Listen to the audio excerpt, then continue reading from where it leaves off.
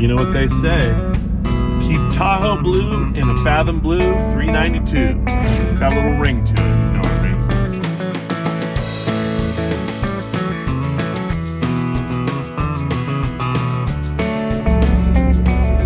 mean. So it's 8 a.m. on a Thursday morning, and we are in Henry's 392 2025.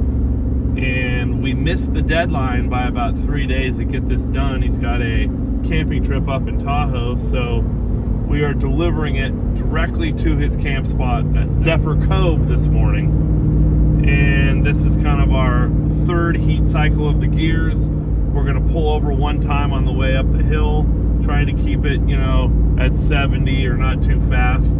But this thing is driving great, and can't wait to get it delivered up the hill and hand over another WFO built 1-ton 392. So we are now 85 miles in. We've done 2 cool down sessions on breaking in the gears, and in the 392s, it's actually a little bit easier on the gears because it's all-wheel drive, so it spreads the pressure from the front tires, or from the front axle and the rear axle, instead of just being all on the rear.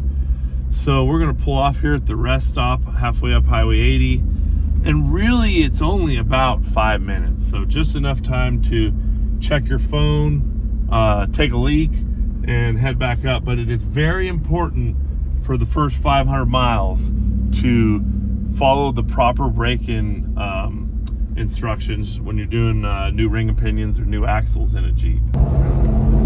Well, we're passing the Eagle Lakes exit right now, which is where Fordyce is. It's really hard not to pull off the road in this thing and take it for a little rip up Driveline Hill, if you know what I mean. It is so hard not to drive 100 over the summit right now, especially all the horsepower in the 392. But for whatever reason, I'm taking it 55, 60, breaking in the gears. And today was the day we passed 2 California Highway Patrol that if I was in any other vehicle, I would have got a ticket doing 90. So it's a good day.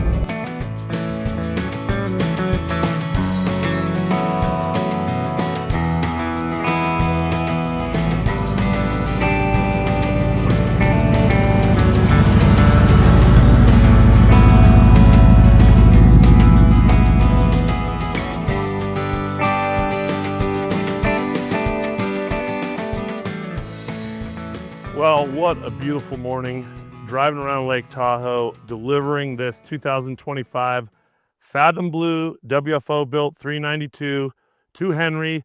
We're headed over to Zephyr Cove right now, and we were just passing Blackwood Canyon, awesome little canyon off Lake Tahoe. So we shot up here, stopped at the creek, and we're gonna tell you a little bit about Henry's Jeep. So to start with, it's a 2025 final edition 392 that I guess isn't so final because they're already talking about the 2027 editions. So they were so good, everybody kept buying them. They figured out how to keep making them, and they're still making 392s. So we talked to Henry about this one, loved this Fathom Blue color, and he wanted to do kind of one of our standard builds, but he got a bunch of little a la carte details, bunch of different companies all working together. We made the package work cohesive, and this is what we ended up with. So to start with, Rockslide Engineering steps are a must with the extra skid on them, trimmed on the back corner to clear our WFO long arm kit underneath, and 40-inch Nitto tires on BattleBorn Sierra Highland Bronze Edition. So this is the Highland Bronze BattleBorn Sierra wheel. This is a cast wheel. It is a 17x9 with 5 inches of back spacing because we're running Dynatracs front and rear that are 72.5 inches wide. So with the wide axle, the 5-inch back spacing works great. One thing to notice is this beadlock ring option has these little notches in it right here. And what that does is it doesn't trap any water in your wheels. Notice that big beadlocks traps water, gets stuck in there, makes your rims look kind of stupid. Nitto Trail Grapplers, 40-inch, great tire choice. Factory fenders, hollowed out with the Motobilt inner fenders. And this is where it starts to get crazy. So Motobilt inner fenders, and then American Adventure Labs smoked front LED marker lights. And then as you get up to the front, things start changing again. So you have our billet 7075 WFO tie rod going across the Dynatrac axle. This is our heavy duty track bar brace. 4.5-inch coils all the way around with standard bumps. And then you look up in the front here, the Next Venture front bumper. So here I'll walk around this side, trying not to have a shadow, but Next Venture front bumper. And then this is something a little bit different. So this is the new Zeon XC 12,000 synthetic winch from Warn. Now, the cool thing about this is, notice the solenoid box is off to the left here. It's not stacked up in front, so it leaves you a little bit more space and nothing stacked on top of your winch. Kind of a cool new winch. It's quicker, it's lighter. Of course, on this Next Venture front bumper are the Baja Designs LP6s, which are backlit and also have a high and a low. So when we look inside, we have 3 switches. We have high beam, low beam, and backlit that we can do with those. This is kind of cool too. As you look underneath here, the Next Venture skid, you have 4 squadron amber running lights right there. And so those are hooked up to the factory fog light switch. And you simply turn on the factory fog lights. Those light up. They look really cool. While we're down underneath here, up underneath the skid, the PSC Hydro Assist RAM is hidden. And you can see we have RCVs in this thing, 538 gears, E-lockers hooked up to the factory switches, just a really clean axle package with that extra width. So we did kind of look over something that's absolutely amazing. And this is our WFO ADS 2.5-inch shock package. And this is a new one for us. These are actually bronze colored ADS shocks. ADS is offering all kinds of cool different colors. They're Cerakote, so they have a bronze, they have a black, they even have a different color bronze as well. So they're really stepping it up to kind of match the package or the looks of these vehicles. As you look down underneath here, got to have skid plates. He is definitely going to the trail. So this has the aluminum skid plates from Artec all the way from front to back. And then right here, MagnaFlow written on the skid plate because he has the MagnaFlow catback exhaust system. Way up underneath there, 1410 CV rear drive shaft, 1350 CV front drive shaft. While you're here, got the rigid rock lights mounted here, there. So there's 6 rock lights, 2 on the side, 1 on the front, 1 on the back. So as we work our way to the back, once again, hollowed out factory fenders and the Motobilt inner fenders.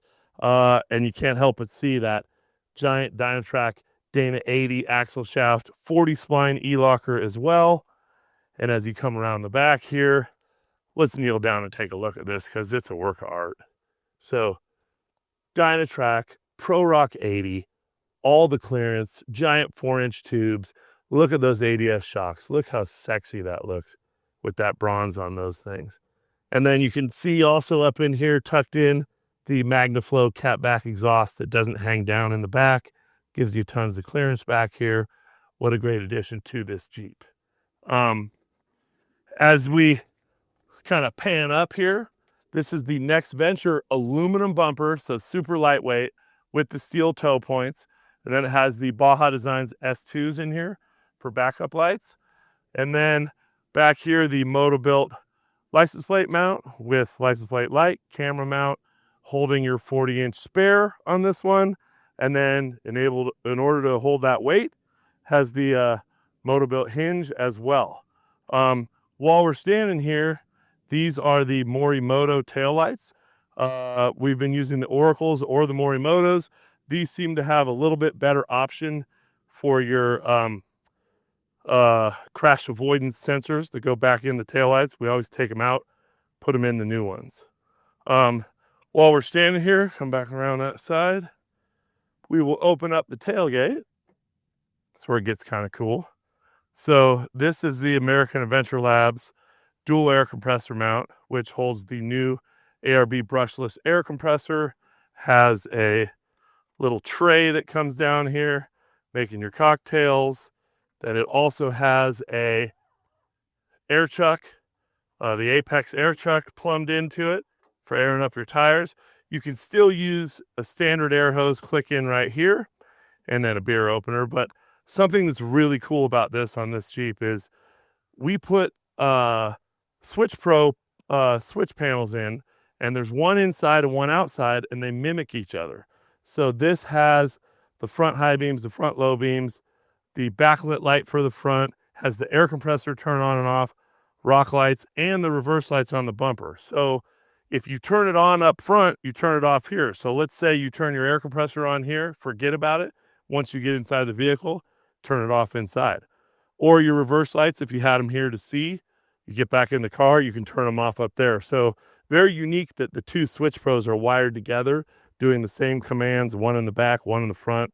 Love that little addition on this. And of course, we have the illumination light right here on the back of the tailgate, so you can see at night with it. So some of the little subtle details on these builds are all just a little different and very unique.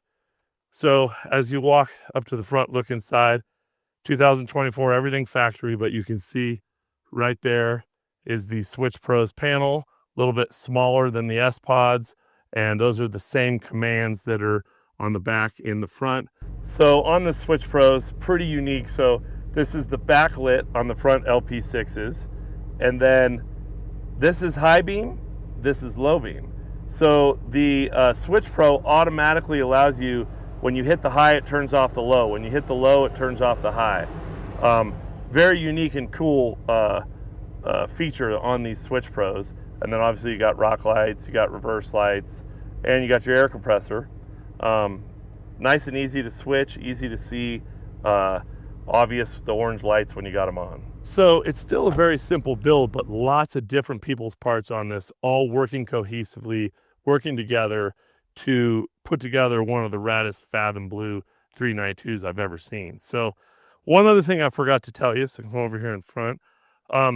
This does still have the factory all-wheel drive transfer case, and we really haven't had any problems with those, and he's going to keep that, and I think he's going to be really happy with that. However, he wants to flat tow it. So check this out. Right here, tucked in, boom, plug in for your flat towing, hook right up to the RV, and then right here on the front bumper, we added these little loops to hook your safety chains right here.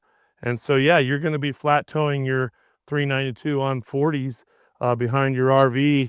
And again, something different on this one. Each one has a different little detail.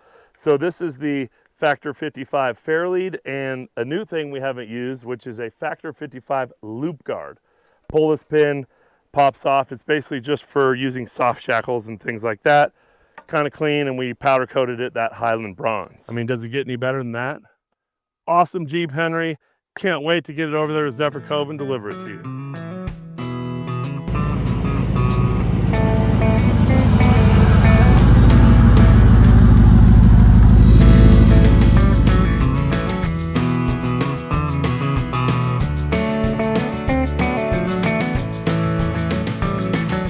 Another 392 delivered, Fathom Blue. Your turn to go have fun.